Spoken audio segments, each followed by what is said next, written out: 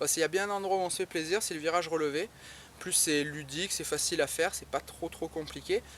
Le seul truc c'est qu'il faut quand même appuyer dans le virage pour essayer de ressortir avec de la vitesse, pour avoir une sensation d'accélération, parce que c'est vraiment l'endroit rêvé pour appuyer et pour pas glisser, parce qu'il y a tellement un bel appui qu'il ne peut rien se passer. Ouais, le but du virage relevé c'est de freiner le moins possible à l'entrée, se servir vraiment du virage pour pouvoir tourner. Donc bon, si on doit freiner, c'est vraiment un tout petit peu. Par contre, ce qu'il faut, c'est être bien centré sur son vélo, bien positionné, et les deux pieds à l'horizontale toujours. Un virage relevé, on ne met pas le pied en bas, ça c'est pas possible, c'est vraiment les deux pieds parallèles, et on rentre dans le virage bien en ligne, bien au-dessus de son vélo, centré, il n'y a pas de position arrière, avant, il n'y a rien de spécial à faire, si ce n'est d'être bien posé sur son vélo, et les deux pieds à plat. Ce qui peut être vraiment intéressant dans un virage relevé, c'est d'appuyer avec ses deux pieds, un peu comme en ski avec les paraboliques.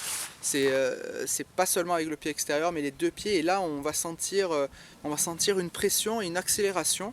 On peut sentir même ses pneus travailler au moment où on met l'appui. Et du coup, ça nous fait ressortir comme une balle. Et ça, c'est vraiment grisant, quoi. On a l'impression d'avoir, au moment où on appuie, d'avoir un petit moteur là, et ça sort avec du gaz.